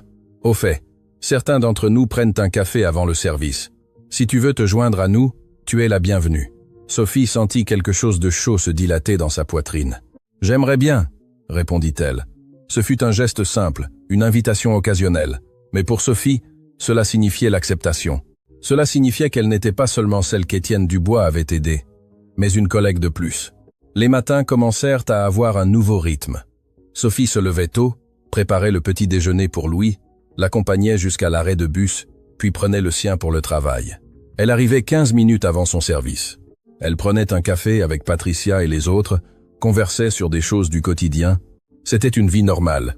Et pour Sophie, qui n'avait jamais eu de vie vraiment normale, c'était extraordinaire. Mais tout n'était pas facile. Il y avait encore des regards, il y avait encore des chuchotements. « C'est la femme dont il parle », entendit Sophie un jour en passant dans un couloir. « Celle que le patron a aidée. »« Oui », répondit une autre voix. « Pour le fils qui a sauvé le contrat allemand. » Sophie serra la poignée du chariot plus fort et continua de marcher. Elle ne s'arrêta pas, ne regarda pas en arrière. Mais les mots restèrent à résonner. Cette nuit-là, pendant qu'elle dînait avec Louis, il remarqua son silence. « Tu vas bien, maman ?» demanda-t-il. Sophie hocha la tête. « Juste fatiguée. Mais Louis la connaissait trop bien. C'est plus que ça. » Sophie soupira. « Parfois, j'entends ce que les gens disent, » admit-elle, « à propos de nous, sur comment nous sommes arrivés ici. » Louis baissa sa fourchette. « Qu'est-ce qu'ils disent? Que c'était de la chance?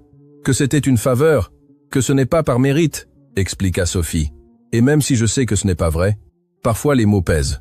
Louis regarda sa mère avec une maturité qui ne correspondait pas à ses 12 ans.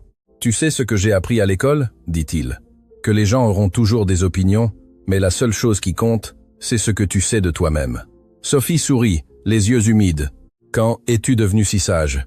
Quand j'ai eu une maman qui m'a appris à ne pas abandonner, répondit-il. Sophie tendit la main sur la table et Louis la prit. Ils restèrent ainsi un moment, en silence, se rappelant mutuellement qu'ils n'étaient pas seuls. Les jours se transformèrent en semaines. Sophie commença à se sentir plus à l'aise dans son nouveau rôle. Elle connaissait mieux les espaces, anticipait les besoins, travaillait avec efficacité. Albert la félicitait régulièrement pour sa performance. Un jour, alors qu'elle nettoyait près des bureaux des cadres, elle vit Étienne sortir d'une réunion. Il la remarqua et s'approcha. « Sophie, comment ça va ?» demanda-t-il. « Bien, monsieur », répondit-elle. « Merci », Étienne secoua la tête. « Ne me remerciez pas, vous l'avez gagné. » Sophie hocha la tête, mais quelque chose dans son expression fit qu'Étienne s'arrêta. « Quelque chose ne va pas ?» demanda-t-il. Sophie hésita avant de répondre. « Parfois, je me demande si les gens pensent que je ne mérite pas d'être ici, » admit-elle. Que ce n'était que parce que Louis a aidé ce jour-là. Étienne la regarda fixement. « Et vous, qu'est-ce que vous pensez ?»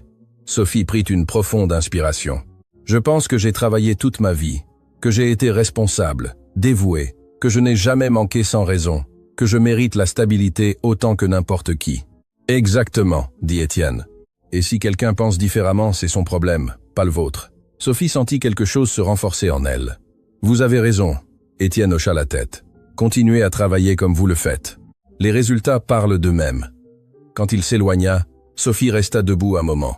Puis elle retourna à son travail, mais maintenant avec le dos un peu plus droit, la tête un peu plus haute. Cet après-midi-là, Patricia l'invita à déjeuner avec l'équipe à la cafétéria du personnel. C'était la première fois que Sophie y entrait en tant qu'employée permanente. Avant, lorsqu'elle faisait des services de nuit sporadiques, elle mangeait seule dans un coin, rapidement, sans attirer l'attention. Maintenant, elle s'asseyait à une table avec ses collègues, conversant, riant. Ils parlaient de leur famille, de leurs plans pour le week-end, de leurs préoccupations quotidiennes. « Ma fille veut un chien », disait Patricia. « Mais nous vivons dans un petit appartement.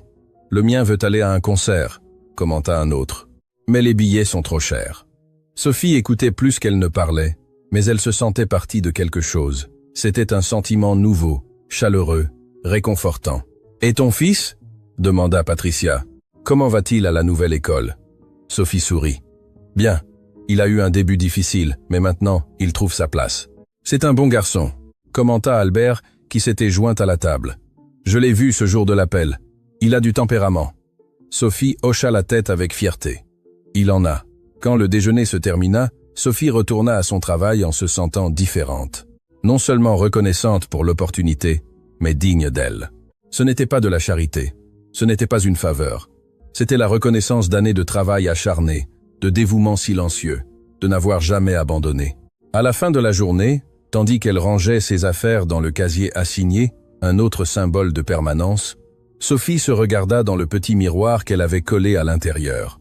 La femme qui lui renvoyait son regard avait des rides de fatigue, des mains rugueuses d'années de travail acharné, mais elle avait aussi des yeux plus brillants qu'avant, une posture plus ferme. C'était la même femme qui était entrée dans l'immeuble des mois auparavant, nerveuse et effrayée, espérant être invisible, mais maintenant elle se voyait elle-même, et cela changeait tout. Les semaines se transformèrent en mois. La routine de Sophie devint naturelle, automatique. Elle connaissait chaque coin de l'immeuble, chaque tâche difficile, chaque détail qui nécessitait une attention particulière.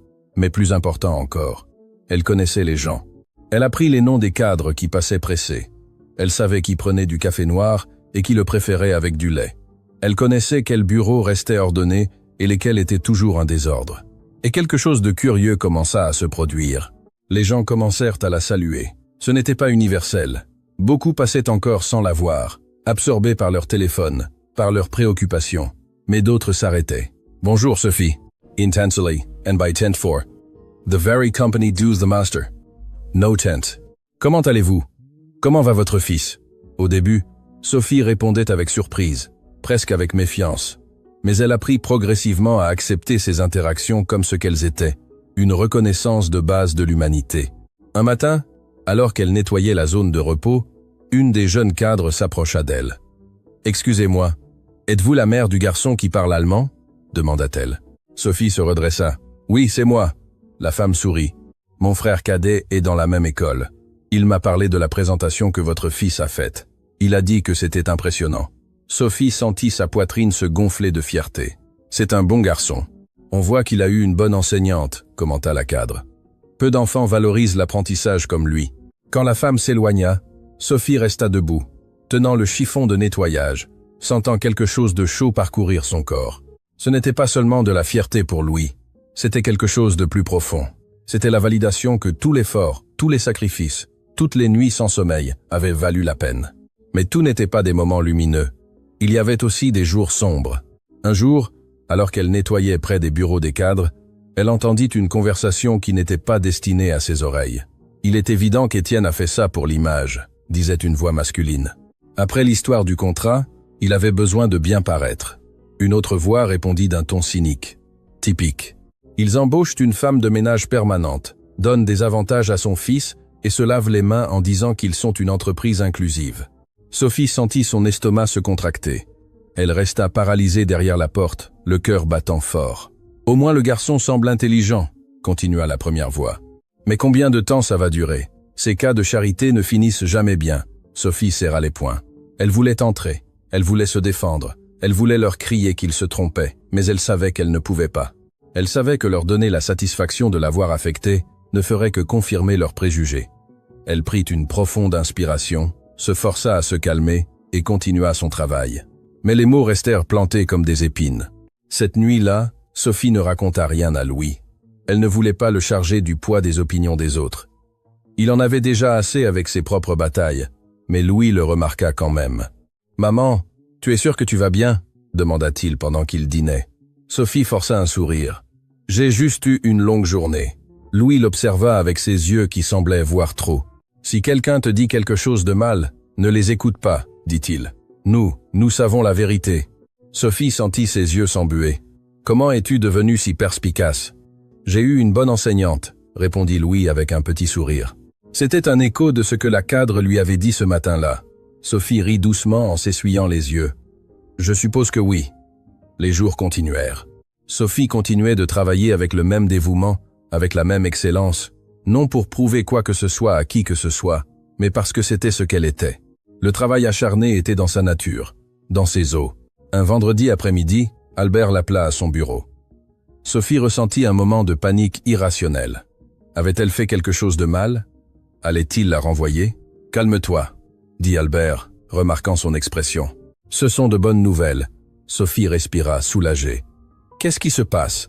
Albert lui tendit une enveloppe. « C'est ton évaluation du premier trimestre », expliqua-t-il. « Je veux que tu la voies. Auen bisando, bisen, dalovalia, bisen. » Sophie ouvrit l'enveloppe avec des mains tremblantes. À l'intérieur, il y avait un document avec plusieurs catégories. Ponctualité, qualité du travail, attitude, travail d'équipe. Dans toutes les catégories, il y avait des marques d'excellent. À la fin, il y avait un commentaire écrit à la main. Sophie a prouvé être une employée exemplaire. Son dévouement et son professionnalisme sont un atout pour l'équipe. Je recommande d'envisager des opportunités de croissance. Sophie lut les mots 2 fois, 3 fois. Elle n'arrivait pas à croire ce qu'elle voyait. « C'est » commença-t-elle, mais sa voix se brisa. Albert sourit. « C'est ce que vous méritez. Vous avez travaillé dur, Sophie, et ça se voit. » Sophie sentit les larmes couler librement maintenant. « Merci, » murmura-t-elle. « Ne me remerciez pas, » répondit Albert. « Vous l'avez gagné. » Quand Sophie sortit du bureau, elle tenait l'enveloppe contre sa poitrine, comme si c'était l'objet le plus précieux du monde. D'une certaine manière, c'était le cas.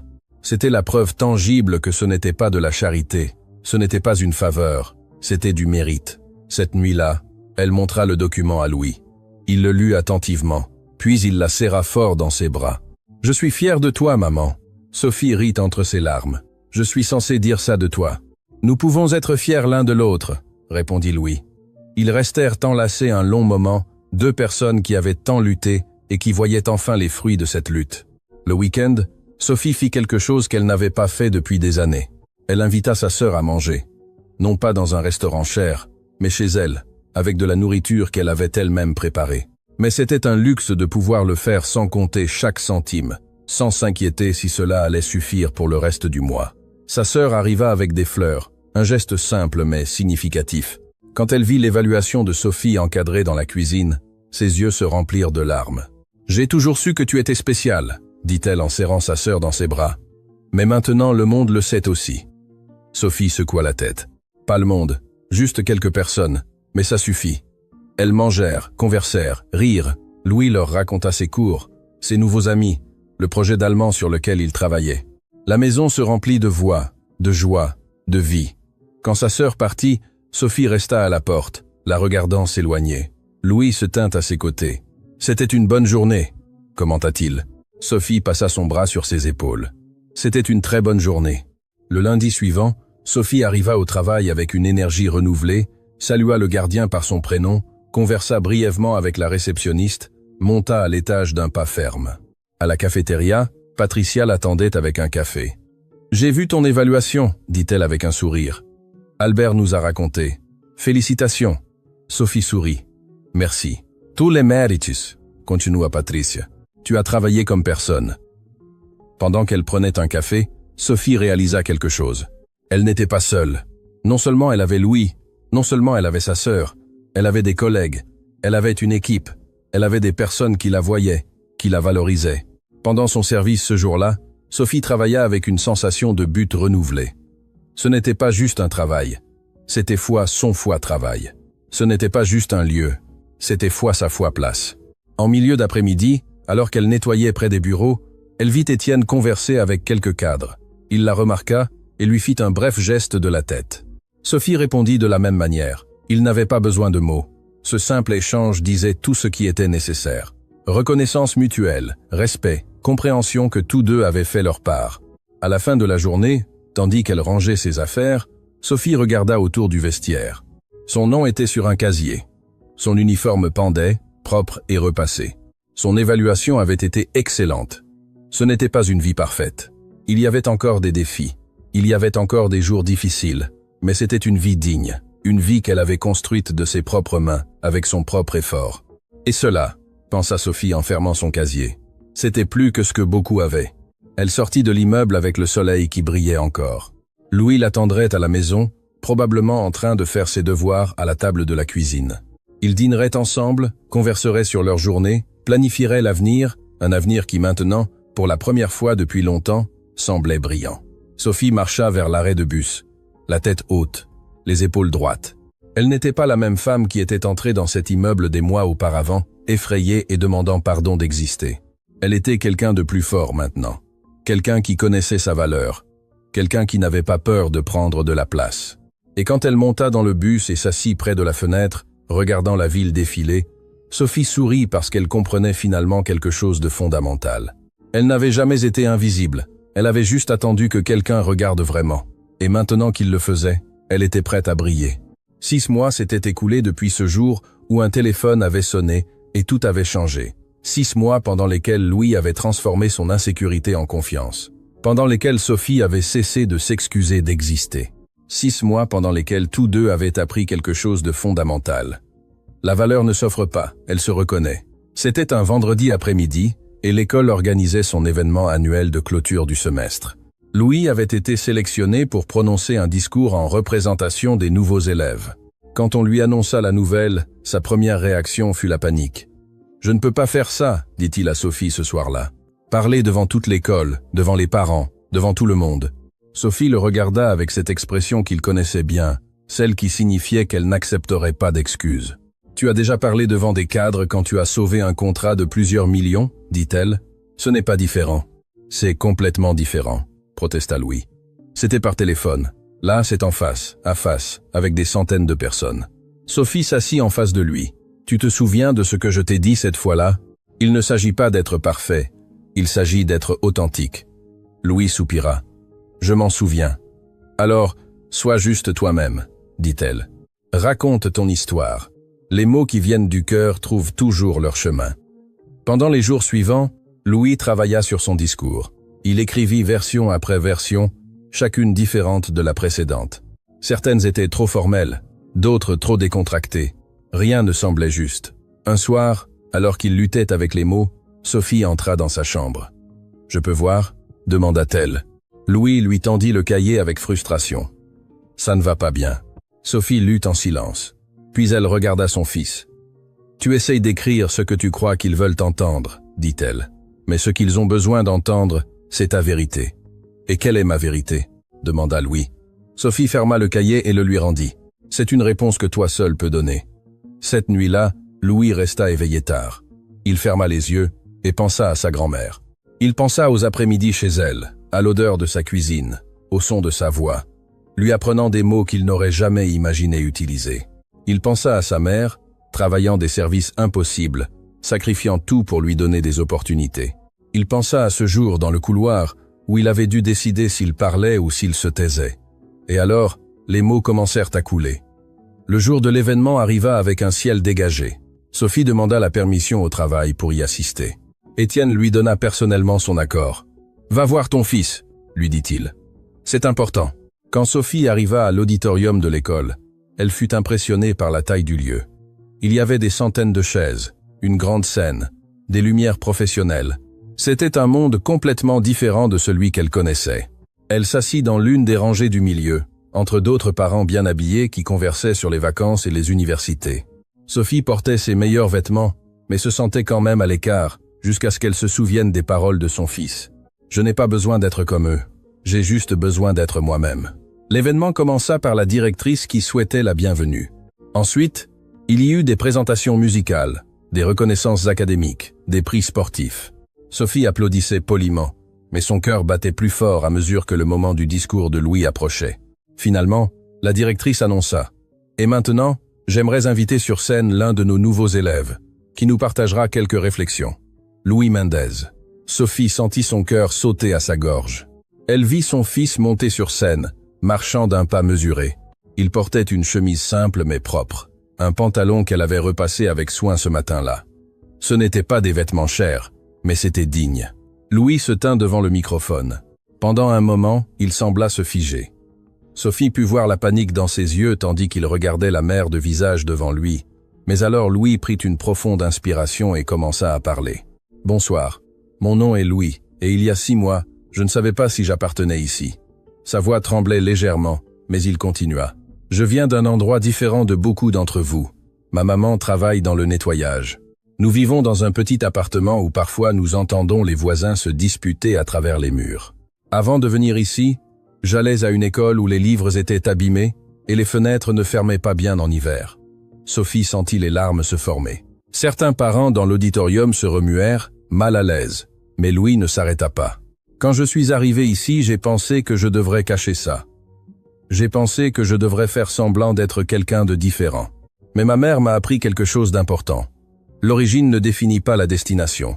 L'effort, si. » La voix de Louis devint plus ferme. « J'ai appris l'allemand avec ma grand-mère, pas dans une école chère ou avec des professeurs certifiés. Je l'ai appris dans une petite cuisine, entre des casseroles et des souvenirs, parce qu'elle avait besoin de parler sa langue pour ne pas oublier qui elle était. Et j'avais besoin de l'écouter pour ne pas oublier que les choses les plus précieuses ne viennent pas toujours emballées dans du luxe. » Certains parents commencèrent à prêter plus d'attention. Les élèves étaient complètement silencieux.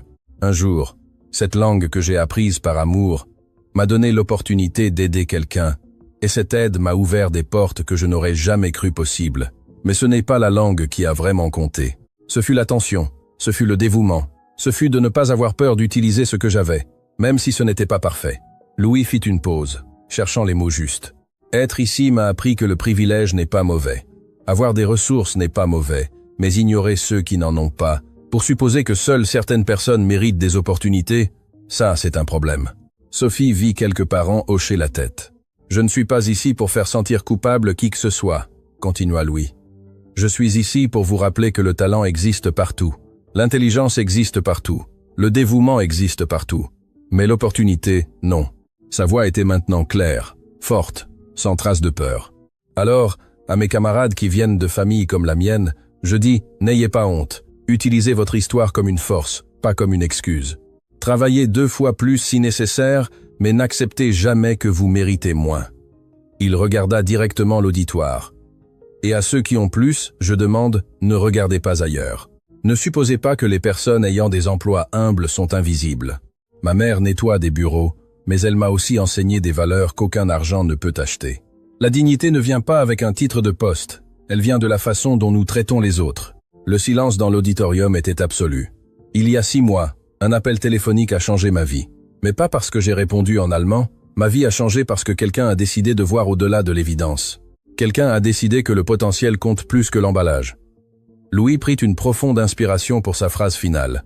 Vous avez tous le pouvoir d'être cette personne pour quelqu'un d'autre, de voir le talent où d'autres voient des limitations, d'ouvrir des portes au lieu de construire des murs. Car au final, on ne se souviendra pas de nous par combien nous avons eu, mais par combien nous avons partagé. Il fit une pause. Merci pour cette opportunité, et merci, maman, de m'avoir appris que je mérite d'être ici. Louis descendit de la scène tandis que l'auditorium explosait en applaudissements. Ce n'étaient pas des applaudissements polis, c'étaient des applaudissements sincères, enthousiastes. Certains parents se levèrent, puis d'autres, jusqu'à ce que tout l'auditorium soit debout. Sophie pleurait ouvertement maintenant, peu importe qui la voyait.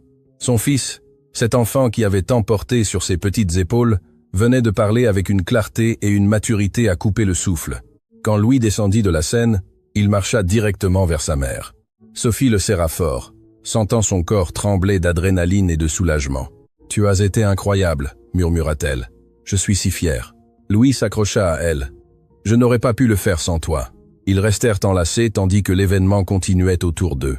2 personnes qui avaient lutté contre tout pour arriver jusqu'ici. Après l'événement, plusieurs parents s'approchèrent de Sophie et Louis.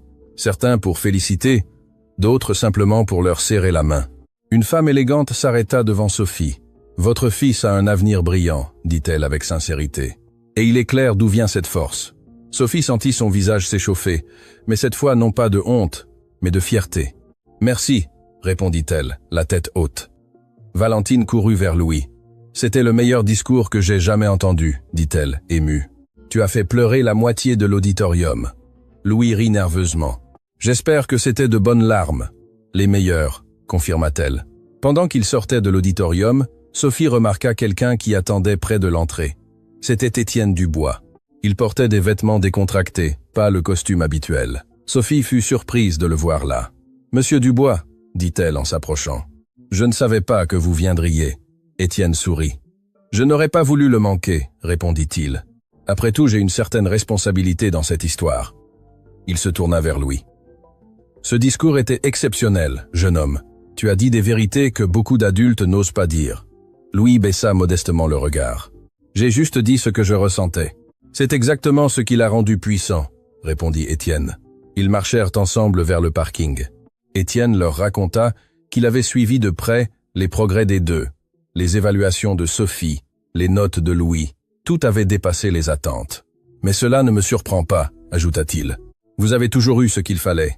Vous aviez juste besoin de l'opportunité de le prouver. » Sophie sentit quelque chose se briser en elle, mais dans le bon sens, comme lorsqu'un barrage qui a retenu l'eau trop longtemps s'ouvre finalement. « Merci, » dit-elle d'une voix tremblante, « de nous avoir vus quand nous étions invisibles. » Étienne secoua la tête. « Vous n'avez jamais été invisible, Sophie. Vous étiez juste dans un système qui ne savait pas regarder. C'est ce système qui doit changer, n'est-ce pas ?» Ils se dirent au revoir, par une poignée de main. Mais avant de partir, Étienne se tourna une dernière fois. « Au fait, » dit-il, « nous mettons en place un programme de bourse dans l'entreprise pour les enfants d'employés qui font preuve d'excellence académique. » Louis en a été l'inspiration. Sophie sentit les larmes revenir. « Vraiment, vraiment », confirma Étienne. « Parfois, une histoire a le pouvoir de changer plus qu'une vie. Elle peut changer toute une culture. » Quand il partit, Sophie et Louis restèrent debout dans le parking, traitant tout ce qui s'était passé. « Maman, » dit Louis après un moment, « tu te souviens quand tu m'as demandé si j'avais bien fait ?» Sophie hocha la tête. « Le jour où tu as décroché le téléphone. » Louis sourit. « Maintenant je sais la réponse. Je n'ai pas bien fait juste en décrochant. J'ai bien fait parce que je n'ai pas eu peur d'être qui je suis. » Sophie le serra encore dans ses bras. C'est la leçon la plus importante de toutes. Les mois suivants apportèrent plus de changements. Louis continua de se démarquer à l'école, non seulement en allemand, mais dans toutes les matières. Il devint tuteur bénévole pour les élèves qui avaient des difficultés avec les langues. Sa patience et son empathie le rendaient exceptionnel dans ce rôle. Sophie, de son côté, fut promue chef d'équipe de service. C'était une petite position, mais significative. Maintenant, elle avait son propre petit bureau, sa propre équipe, et elle traitait chaque membre avec le respect qu'elle-même avait tant souhaité pendant des années. Patricia plaisantait en disant qu'elle était la chef la plus gentille qu'elle ait jamais eue. Sophie répondait que la gentillesse ne signifiait pas la faiblesse. Cela signifiait se souvenir d'où l'on venait. 1 an après le jour où tout avait changé, l'entreprise organisa un événement annuel pour les employés. C'était la première fois que Sophie assistait à quelque chose comme ça. Étienne monta sur scène pour prononcer un discours sur les réalisations de l'année. « Et je veux reconnaître quelque chose de spécial », dit-il en regardant l'auditoire. « Il y a 1 an, nous avons failli perdre un contrat crucial, non par manque de capacité, mais par manque de vision. Une situation inattendue nous a montré que le talent et la valeur existent dans des endroits où nous ne regardions pas. » Sophie sentit tous les yeux se tourner vers elle.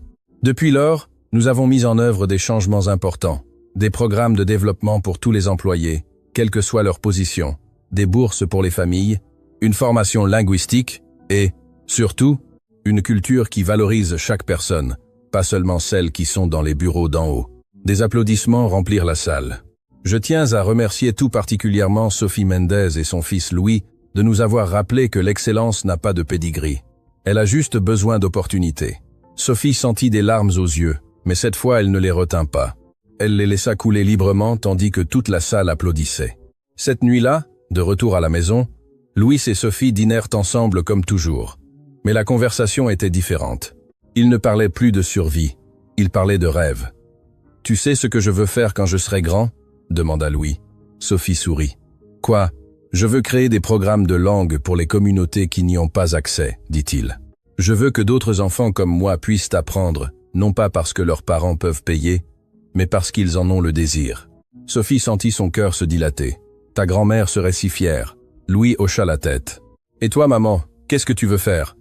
Sophie réfléchit un instant. « Je veux rester où je suis, » répondit-elle. « Mais je veux m'assurer qu'aucune personne dans mon équipe ne se sente invisible. Je veux être pour les autres ce qu'Étienne a été pour nous. C'est un bel objectif, » dit Louis. Ils restèrent silencieux un moment, profitant de la simplicité d'être ensemble. « Tu sais ce qui est le plus fou dans tout ça ?» dit finalement Sophie. « Quoi ? Que tout a commencé par quelque chose d'aussi simple qu'un appel téléphonique. Un moment qui aurait pu passer inaperçu a tout changé. » Louis réfléchit à cela. « Ce n'était pas seulement l'appel, maman. C'était tout ce qui est venu avant. Les nuits où tu as travaillé, les fois où tu t'es sacrifié pour que j'aie des fournitures scolaires, les après-midi avec mamie. Tout cela m'a préparé pour ce moment. » Sophie sentit des larmes à nouveau. « Parfois, nous ne savons pas que nous nous préparons à quelque chose de grand. »« Peut-être que c'est le but, » répondit Louis. « Nous devons toujours être prêts car nous ne savons jamais quand notre opportunité arrivera. » 2 ans plus tard, Louis obtint son baccalauréat, diplôme de fin d'études secondaires avec mention. Sophie était au premier rang, pleurant de fierté. Étienne assista également à la cérémonie, ainsi que plusieurs collègues de l'entreprise qui avaient suivi l'histoire. Quand Louis reçut son diplôme, l'applaudissement fut assourdissant. Mais au-delà de la reconnaissance académique, ce qui importait vraiment, c'était le chemin qu'il avait parcouru pour arriver là. Dans son discours de remise des diplômes, Louis parla à nouveau d'opportunités, de voir au-delà des apparences, du pouvoir d'une personne qui décide de faire la différence. « Nous avons tous un appel à décrocher, dit-il. Pas nécessairement en allemand, pas nécessairement dans un bureau, mais nous avons tous ce moment où nous pouvons choisir entre nous taire ou parler, entre nous cacher ou nous montrer, entre accepter que le monde est injuste ou travailler pour le changer. » Ces paroles résonnèrent dans l'auditorium rempli de diplômés et de familles. « J'ai choisi de parler, » continua-t-il. « Ma mère a choisi de continuer à se battre alors qu'il aurait été plus facile d'abandonner, et quelqu'un d'autre a choisi de voir notre valeur quand personne d'autre ne le faisait. Ces choix ont changé nos vies. » Il regarda directement l'auditoire. « Que choisirez-vous » L'applaudissement qui suivit fut tonitruant. Des années plus tard, Louis tiendrait sa promesse. Il créa une fondation d'enseignement des langues pour les communautés marginalisées. Sophie continua dans l'entreprise, devenant finalement responsable des opérations, et Étienne étendit ses programmes d'opportunités à d'autres entreprises. Mais le plus important n'était pas les titres ni les réalisations, c'était le changement silencieux qui s'était produit dans des centaines de vies. Les personnes qui furent vues quand elles étaient avant invisibles, les talents qui furent reconnus quand ils étaient avant ignorés, les portes qui s'ouvrirent quand elles étaient avant fermées. Car au fond, ce n'était pas seulement l'histoire d'un enfant qui a décroché un téléphone. C'était l'histoire de ce qui se passe quand quelqu'un décide de regarder au-delà de l'évidence. Quand quelqu'un choisit la dignité plutôt que l'indifférence, quand quelqu'un comprend que la valeur humaine ne se mesure pas par le poste, ni par le compte bancaire, mais par le cœur et l'effort. Sophie et Louis n'oublièrent jamais d'où ils venaient. mais ils ne laissèrent pas non plus cela définir jusqu'où ils pouvaient aller. Et quelque part, dans un lieu au-delà du temps, Mamie Manon souriait parce que les mots qu'elle avait enseignés à son petit-fils dans cette petite cuisine n'avaient pas seulement préservé une langue, ils avaient préservé une connexion, une mémoire, un héritage qui finirait par changer des vies. Parfois, les plus grandes choses commencent par les plus petits gestes. Une grand-mère enseignant des mots, une mère travaillant en silence, un enfant décrochant un téléphone et un homme décidant de voir. C'est tout ce qu'il faut pour changer une vie, ou peut être pour changer le monde.